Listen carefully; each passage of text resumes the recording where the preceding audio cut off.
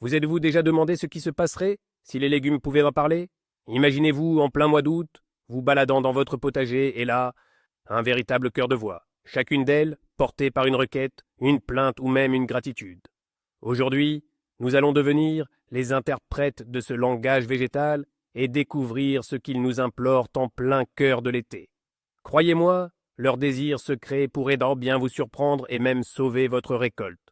Pour le potager, le mois d'août, c'est un peu comme la finale des Jeux olympiques. Les plantes ont donné toute leur énergie pour leur croissance et la formation de leurs fruits, et elles ont désormais besoin d'un dernier soutien décisif. C'est le mois des récoltes. Mais c'est aussi une période de danger latent. Les fraîcheurs nocturnes, les carences nutritives et ces maladies sournoises qui n'attendent que leur heure pour frapper. C'est pourquoi les voix des légumes se font entendre avec une insistance toute particulière en août. Alors, prêtons-leur une oreille attentive. Alors, faisons notre petit tour de jardin. Et ce sont les tomates qui nous accueillent en premier, bien sûr. Approchez-vous d'elles et tendez l'oreille. Entendez-vous ce léger craquement, presque un gémissement désespéré? Non, ce n'est pas le vent qui souffle dans la serre. C'est bel et bien la voix de vos tomates. Elles gémissent, littéralement, sous le poids de leur propre récolte et vous supplient en chœur, tuteurez-nous de toute urgence. En août, leurs tiges ont déjà consacré toute leur énergie à la croissance et à la formation des fruits. Maintenant, elles ressemblent à des athlètes épuisés qui porteraient un poids énorme au-dessus de leur tête. Chaque grappe qui mûrit tire la branche vers le bas, menaçant de la rompre à tout moment. Et une branche cassée, ce n'est pas qu'un simple désagrément. C'est une partie de la récolte que vous avez cultivée avec tant d'attention, irrémédiablement perdue. De plus, les tomates qui traînent au sol sont un véritable festin pour les limaces et le redoutable mildiou. Elles ne vous réclament pas seulement un soutien, mais aussi de la propreté. En les relevant du sol, vous leur assurerez une aération vitale et un accès optimal du soleil à chaque fruit. Cela leur permettra de mûrir plus vite, de développer plus de sucre et d'éviter les maladies. Ainsi, votre première tâche du mois d'août est de vérifier toutes les attaches et d'en ajouter là où les branches s'affaissent dangereusement. Croyez-moi, c'est leur demande la plus essentielle. Mais ce n'est pas tout ce que les tomates nous demandent. Maintenant, penchez-vous et écoutez attentivement le léger bruissement qui monte du sol. Ce sont leurs feuilles inférieures. Leur demande s'apparente à un soupir de soulagement. Enlevez-nous, s'il vous plaît. Elles ont déjà accompli leur mission principale, nourrir la plante au début de son développement. Maintenant, elles jaunissent non souvent, se tagent et deviennent un fardeau. Ces vieilles feuilles ne se contentent pas de nuire à l'esthétique. Elles continuent de puiser les nutriments et l'eau, pourtant vitaux pour le grossissement et la maturation des fruits. Imaginez-les comme des retraités qui continuent de percevoir un salaire complet au détriment des jeunes et des actifs. De plus, en créant une ombre dense au pied de la plante, elles gênent la bonne circulation de l'air. Or, l'humidité et le manque de circulation de l'air en août sont un véritable tapis rouge pour le mildiou et autres maladies cryptogamiques. Supprimez sans hésiter toutes les feuilles situées sous la première grappe de fruits déjà formée. Ainsi, non seulement vous redirigerez toute l'énergie de la plante vers la production de fruits, mais vous effectuerez également une prévention sanitaire essentielle. Et maintenant, direction la parcelle voisine, où nous sommes accueillis par un murmure de mécontentement. Ce sont les concombres qui se plaignent amèrement. Leur doléance est simple et claire pour quiconque a déjà goûté un fruit jauni et boursouflé. On les entendrait presque crier « Ne nous laissez pas trop grossir !» Chaque concombre devenu géant n'est pas qu'une simple occasion perdue. C'est une véritable tragédie pour la plante elle-même. Lorsque vous le laissez sur le plan trop longtemps, le concombre considère sa mission accomplie. Il se met alors à développer des graines dures et à sécréter cette substance qui lui donne son amertume. En fait, il vous crie « Je suis trop vieux et sans goût. Laissez-moi en paix, que mes graines arrivent à maturité. » Et le plus regrettable, c'est que pendant que ce géant reste accroché, Le plant y consacre toute son énergie et cesse de former de nouveaux concombres, jeunes et croquants. Ainsi, leur requête essentielle en nous, c'est une cueillette régulière. Rendez-leur visite plus fréquemment, au moins tous les 2 jours. Cueillez-les à temps, et ils vous récompenseront par une production ininterrompue de concombres savoureux. À côté des concombres, on entend un chuchotement similaire, mais plus malicieux. Ce sont les courgettes et les courgettes de Nice, de vraies championnes du camouflage. Elles chuchotent en chœur, avec une pointe de malice dans la voix. Venez jeter un œil plus souvent sous nos feuilles gigantesques. Elles savent que leurs feuilles, aussi larges que des feuilles de rhubarbe ou de bardane, sont un abri idéal. Vous pourriez bien faire le tour du potager sans même apercevoir le fruit tapi là, bien à l'abri. Et que dire de leur vitesse de croissance? En une seule nuit, un fruit encore petit et délicat peut se métamorphoser en un géant, à la limite du dirigeable maladroit. Mais il n'y a pas que la taille qui compte. Ce bébé, trop grand, devient fade et gorgé d'eau.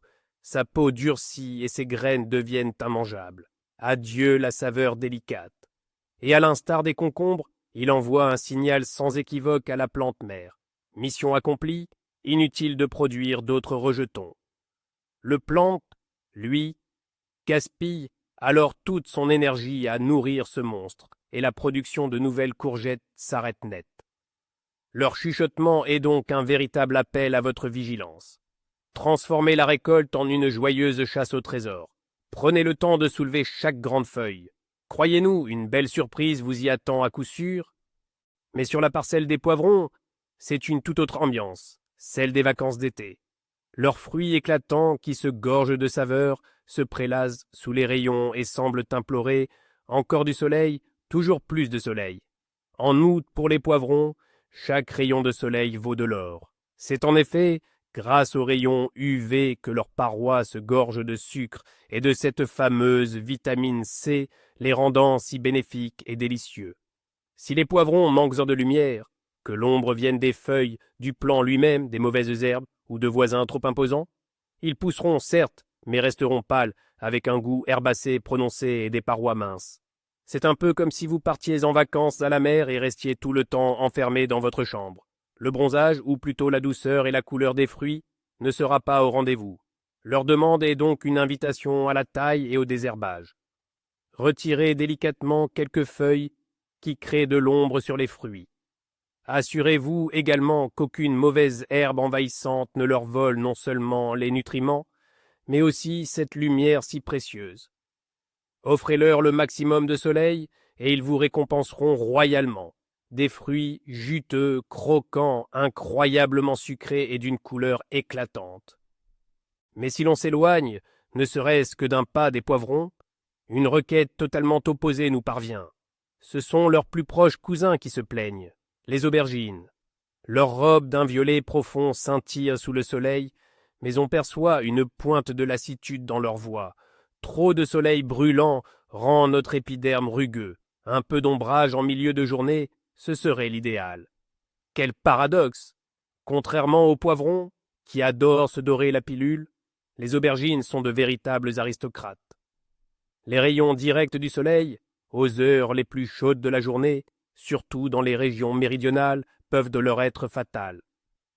Sous cette chaleur écrasante, la peau des fruits s'épaissit, devient rêche, et il n'est pas rare d'y voir apparaître de véritables brûlures, des taches claires et creuses. Un fruit ainsi atteint perd non seulement son attrait commercial, mais aussi sa chair tendre et sa texture délicate. C'est pourquoi les aubergines vous sollicitent pour une légère protection. Cela peut prendre la forme d'un filet d'ombrage spécifique, tendu sur des arceaux, ou même de quelques grandes feuilles de bardane posées à proximité. Ça ne réclame pas une obscurité totale, loin de là. Il leur faut juste un léger voile ajouré durant les heures les plus caniculaires, de midi jusqu'à environ 16 heures. Offrez-leur ces conditions confortables, et leur peau restera d'une tendresse et d'une brillance impeccables. Oublions un instant ce qui se passe en surface et tendons l'oreille à ce qui se trame sous terre. Là, dans le silence et l'obscurité, la pomme de terre mûrit et a un message crucial à nous faire passer par le biais de son feuillage. Elle nous chuchote avec insistance, arrêtez de nous arroser 2 semaines avant la récolte. Pour beaucoup, Cela peut sembler étrange. On pourrait penser que plus il y a d'eau, plus les tubercules seront gros. Mais en août, la logique des choses s'inverse. La pomme de terre a déjà atteint sa taille maximale et sa priorité est désormais de se préparer à une longue conservation. Pour cela, elle doit développer une peau dense et résistante. Si vous continuez à arroser abondamment, la peau restera fine et délicate, comme celle d'une pomme de terre primeur. Ces tubercules seront alors très faciles à abîmer lors de la récolte, et ils ne se conserveront pas du tout, commençant rapidement à pourrir et à flétrir. En cessant l'arrosage, vous envoyez un signal clair à la pomme de terre. La saison des pluies va être déterminée, il est temps de t'habiller pour l'hiver. Les tubercules commencent alors à durcir activement leur enveloppe, se préparant à un long sommeil dans votre cave. Cette action simple est la garantie que votre récolte survivra sans encombre jusqu'au printemps. Aux côtés des pommes de terre, et tout aussi bien cachées sous terre, la carotte nous murmure un conseil. Sa requête est discrète, presque timide, mais d'une importance capitale pour la saveur de votre future récolte. Elle nous glisse à l'oreille. Si ma tête dépasse de la surface, recouvrez-la de terre, s'il vous plaît. Vous avez sûrement déjà remarqué ces carottes avec le haut vert. Cette coloration verte n'est pas une particularité de la variété. C'est simplement le résultat de l'exposition au soleil.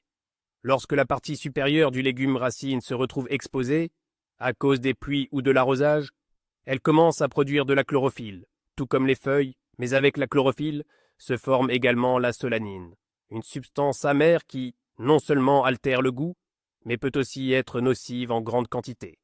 La carotte, qui averdit, devient dure et acquiert une amertume désagréable, que la cuisson ne parvient pas à éliminer. La requête de la carotte est donc une demande de soins et d'attention. Passez dans vos rangs et examinez attentivement chaque carotte. Si vous apercevez une tête verdie, butez-la simplement en la recouvrant de terre meuble. Ce geste simple, qui ne prendra qu'une minute, sauvera votre récolte de l'amertume et préservera cette fameuse douceur de la carotte. Sur la parcelle voisine, en revanche, les voix sont loin d'être timides. L'oignon et l'ail, dont les fans commencent à jaunir et à s'affaisser, clament haut et fort. Nos fans sont tombés, c'est le signal, plus d'eau. L'affaissement de ces feuilles est le signe le plus clair et le plus important qu'ils puissent vous envoyer. C'est leur façon de vous faire comprendre, ça y est, notre croissance est terminée. Il est temps de sécher et de nous préparer pour le stockage. Continuer d'arroser l'oignon et l'ail après ce signal, c'est leur rendre un bien mauvais service. Un excès d'humidité à ce stade peut provoquer une repousse des racines, rendant les bulbes gorgés d'eau et mous. Une telle récolte se conservera très mal et risque même de pourrir directement dans votre cellier. De plus, un sol trop humide est un terrain propice au développement de la pourriture du collet. C'est pourquoi, dès que vous constatez que la majeure partie des fans de piboabi de votre parcelle est couchée, arrêtez immédiatement tout arrosage. Laissez la terre et les bulbes sécher entièrement à même la parcelle. C'est la garantie que vos oignons et ail seront fermes, sains et se conserveront parfaitement jusqu'à la prochaine récolte. Maintenant, allons voir le coin le plus reculé du potager, là où les citrouilles s'étalent majestueusement. Elles semblent heureuses de vivre, mais elles ont une requête délicate. À travers le bruissement de leurs larges feuilles, elles murmurent « S'il vous plaît, glissez une planchette ou un morceau d'ardoise sous nos flancs lourds. Il est si désagréable de reposer sur la terre humide, nous pourrions pourrir. » En août, les nuits se rafraîchissent et les rosées matinales sont plus abondantes. Le sol sous ce lourd fruit peine à sécher. Un contact permanent avec un sol humide représente un risque considérable. C'est précisément à l'endroit où la courge touche la terre que les processus de pourriture s'amorcent le plus souvent. Une petite tache peut apparaître, souvent imperceptible au début, mais elle s'étend ensuite et finit par gâter la totalité du fruit pendant le stockage. La demande des courges est donc claire. Un lit sec, tout matériau non absorbant, une vieille planche, un morceau de plastique, d'ardoise ou même une pierre plate sera leur salut. En la surélevant du sol, vous assurez une meilleure circulation de l'air et protégez ses flancs délicats de l'humidité dévastatrice. Ce geste simple augmente considérablement les chances de votre récolte pour une conservation longue et réussie. Mais du côté des rangées de petits pois et de haricots, l'ambiance est déjà un peu triste, empreinte d'un air d'adieu. Leurs tiges commencent à jaunir et leurs gousses, jadis gorgées de pois succulents, se dessèchent. On les imagine soupirer doucement. Notre temps est presque écoulé. Récoltez les dernières gousses et faites de la place pour d'autres. Ces cultures comptent parmi les premières à offrir leurs fruits. Les laisser en place en nous signifie perdre un temps et un espace précieux. Elles ne donneront plus de nouveaux fruits et ne feront qu'occuper le sol, pouvant même devenir un foyer de maladie. Leur ultime demande est celle d'une récolte en temps voulu. Ramassez toutes les gousses restantes, même les plus petites. Ensuite, arrachez les plantes avec leurs racines, mais ne vous précipitez pas pour les jeter au compost. Les racines des légumineuses sont un véritable trésor. Elles sont le siège de bactéries noduleuses qui enrichissent le sol en azote. C'est pourquoi il est préférable de hacher finement la partie aérienne et de l'enfouir directement dans la terre de cette même parcelle. Ainsi, non seulement vous libérerez de l'espace, par exemple pour planter des légumes verts à croissance rapide, mais vous enrichirez également la terre d'un engrais naturel précieux pour les futures récoltes. Passons maintenant aux rangs élancés du maïs, la véritable reine du mois d'août. Ses feuilles bruissent fièrement, et elle nous livre son plus grand secret. Écoutez, elle vous chuchote. Vérifiez nos épis. Dès que les cheveux, là-haut, ont noirci et séché, c'est que nous sommes prêts. N'attendez pas que les grains durcissent, sinon toute notre douceur s'envolera. Il n'est pas toujours simple de deviner la maturité du maïs, mais il y a un signe infaillible, ces fameux cheveux soyeux au sommet de l'épi. Tant qu'ils sont clairs et humides, l'épi est encore en train de se gorger de jus, mais dès qu'ils deviennent secs et bruns, c'est le signal. Il est temps de les cueillir. Si vous manquez ce moment, le sucre contenu dans les grains commencera rapidement à se transformer en amidon. Et au lieu d'un maïs juteux, doux et laiteux, vous obtiendrez des grains durs et insipides, à peine bons pour le bétail. Son message est donc un appel à votre sens de l'observation. N'hésitez pas à inspecter les épis chaque jour. Et pour être tout à fait sûr, vous pouvez délicatement écarter une feuille et presser un grain avec votre ongle. Si un jus blanc laiteux jaillit, vous avez saisi le moment idéal pour la récolte. Penchons-nous maintenant sur ces choux, ces belles têtes bien vertes et compactes. Ils paraissent si robustes et autosuffisants, mais si vous tendez l'oreille, vous percevrez un murmure inquiet émanant du cœur de leurs feuilles bien serrées. Ils semblent nous supplier. Inspectez-nous de près. Les chenilles raffolent de se dissimuler dans nos replis, surtout en ce moment. En août, la pierride du chou et la noctuelle sont particulièrement actives. Elles déposent leurs œufs au revers des feuilles, et les chenilles voraces, une fois écloses, se hâtent de pénétrer au cœur du chou. De l'extérieur, tout peut sembler impeccable, mais à l'intérieur, les nuisibles creusent déjà des galeries, y laissant leur déjection et provoquant la pourriture. Détecter un tel problème au moment de l'entreposage signifie bien souvent devoir jeter la tête entière. Voilà pourquoi le chou vous implore d'effectuer des inspections régulières. Au moins une fois par semaine, jetez un œil sous les feuilles extérieures, cherchez les pontes et les chenilles elles-mêmes. Mieux encore, couvrez votre parcelle d'un voile de protection léger qui agira comme une barrière physique contre les papillons. Cette simple mesure de précaution garantira des choux propres, sains et croquants. Voici notre carré d'aromates. Le basilic odorant, le persil et les autres herbes semblent prêts à nous enivrer de leur parfum. Pourtant, elles ont toutes une requête commune et très insistante. Elles nous supplient presque. Pincez nos têtes, ne nous laissez pas monter en fleurs. Pour une plante aromatique annuelle, la floraison est le signal de la fin de son cycle de vie. Dès l'apparition des hampebouis et ambées florales, la plante consacre toute son énergie à la production de graines. À cet instant, la composition chimique de ces feuilles se transforme radicalement. Elles deviennent plus fibreuses, plus amères, et la teneur en huiles essentielles, celle qui leur confère ce goût et cet arôme si particulier, chute drastiquement. En fait, en montant en fleurs, le basilic ou l'ânette nous disent « Merci, ma mission est accomplie, il est temps de penser à ma descendance ». Leur requête est donc un appel clair à une taille régulière. En pinçant ou en coupant régulièrement les bourgeons floraux naissants, vous dupez la plante, l'obligeant à produire sans cesse de nouvelles feuilles. Ainsi, non seulement vous prolongez la période de récolte jusqu'aux premières gelées, mais vous garantissez aussi une concentration maximale d'arômes dans chaque feuille. Prêtons l'oreille à la voix des betteraves qui, comme leurs cousins les autres légumes racines, grossissent sous terre. Elles leur réclament leur espace personnel, même si, en août, il est un peu tard pour ça. Les betteraves chuchotent.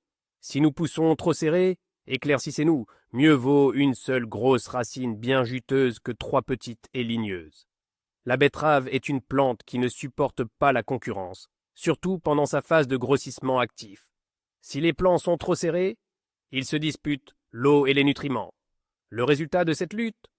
De nombreuses racines petites, peu esthétiques, et le pire, dures. Elles deviennent comme ligneuses, perdant ainsi leur douceur et leur jutosité. Si vous constatez que vos plants sont trop proches les uns des autres, c'est le signal qu'il faut intervenir sans tarder. N'hésitez pas à en arracher quelques-uns de trop. Choisissez ceux qui gênent, les voisins les plus vigoureux. Ces racines retirées peuvent être utilisées immédiatement pour vos salades d'été. L'important est de vous assurer qu'il y a suffisamment d'espace entre les plants restants, au moins 10 à 15 cm. Offrez aux betteraves le confort nécessaire, et elles vous le rendront par une forme parfaite et une douceur incomparable. Maintenant, mettons de côté les bruits individuels et tendons l'oreille pour capter ce chœur puissant qui s'élève des racines de toutes les plantes de votre potager. Ce murmure, c'est le message capital du mois d'août. Et il est clair, du potassium s'il vous plaît, l'azote nous n'en voulons plus. En fin d'été, les besoins de vos plantes changent du tout au tout. Alors qu'au printemps et au début de l'été, l'azote était indispensable à leur croissance végétative et à la production de feuilles, il est désormais un ennemi. Un excès d'azote en août poussera les plantes à développer de nouvelles pousses et du feuillage, au détriment de la fructification. C'est un peu comme si l'on donnait des gâteaux à un athlète avant la ligne d'arrivée au lieu de barres énergétiques. Le potassium, lui, est la vraie barre énergétique dont ils ont besoin. C'est lui qui orchestre le transport des sucres des feuilles vers les fruits, les rendant doux et savoureux. Le potassium renforce également les parois cellulaires, ce qui permet aux légumes d'être plus fermes et d'avoir une meilleure conservation. Il accroît aussi leur résistance aux maladies et aux chocs thermiques. La fertilisation principale d'août doit donc être potassique. Pour cela, vous pouvez utiliser de la cendre de bois, du sulfate de potassium ou tout autre engrais riche en cet élément essentiel. Écoutez attentivement cet appel, et votre récolte sera non seulement généreuse, mais également incroyablement savoureuse. Après les recommandations pour une bonne alimentation, un autre appel unanime se fait entendre, cette fois concernant l'arrosage. Tous les légumes, des tomates aux choux, s'expriment d'une seule voix. Arrosez-nous aux pieds et uniquement avec de l'eau tiède. Une douche froide sur les feuilles par une soirée fraîche est la voie directe vers les maladies. En août, les nuits deviennent considérablement plus fraîches et les rosées plus abondantes. Si vous arrosez vos plantes le soir par aspersion, c'est-à-dire directement sur les feuilles, l'humidité n'a tout simplement pas le temps de sécher avant la nuit. Des feuilles mouillées, combinées à la fraîcheur nocturne, constituent un incubateur idéal pour le développement des maladies fongiques, en particulier le mildiou et l'oïdium. Les plantes vous alertent littéralement de ce danger. De plus, un arrosage avec de l'eau glacée directement puisée est un stress énorme pour le système racinaire, habitué à la chaleur estivale du sol. Un tel choc thermique affaiblit l'immunité des plantes. C'est pourquoi leur demande est très précise. Utilisez de l'eau qui a reposé et s'est réchauffée au soleil dans un récupérateur ou une citerne, et dirigez le jet strictement au pied en veillant à ne pas mouiller le feuillage. Cette règle simple est la meilleure prévention contre la plupart des maladies d'août. Alors que les plantes cultivées expriment leurs besoins essentiels, un murmure arrogant et sûr de lui monte des interlignes. Ce sont les mauvaises herbes. En août, elles se sentent particulièrement à l'aise, profitant du fait que l'attention du jardinier est entièrement tournée vers la récolte. Elle déclare « À nous la nourriture et l'eau », et ce ne sont pas de vaines menaces. Les mauvaises herbes, surtout celles qui ont eu le temps de prendre de l'ampleur, possèdent un système racinaire puissant et continuent d'épuiser activement le sol de ses derniers nutriments et de son humidité, si essentielle à vos légumes pour leur ultime effort. Quant aux plantes cultivées, elles murmurent en retour « Ne les laissez pas gagner, elles peuvent nous voler notre dernière nourriture. » Elles vous supplient de ne pas baisser la garde. Ne laissez pas les mauvaises herbes monter en graines, sinon la lutte de l'année prochaine deviendra encore plus ardue.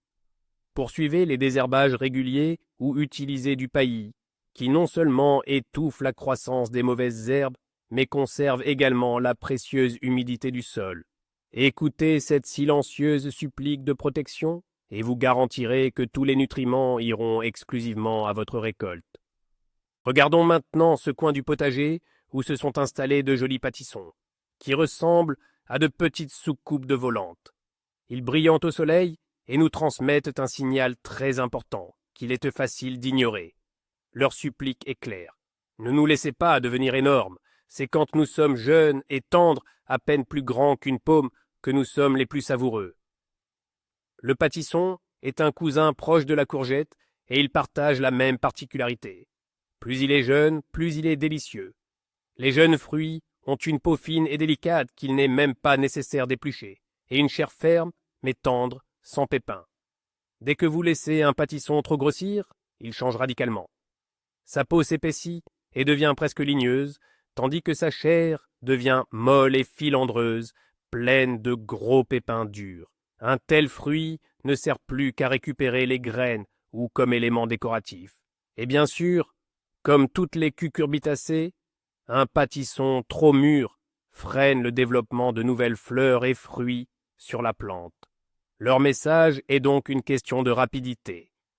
Cueillez les jeunes, et le plant vous en remerciera en produisant sans cesse de nouvelles soucoupes jusqu'aux premières gelées, en conservant leur goût et leur texture parfaits.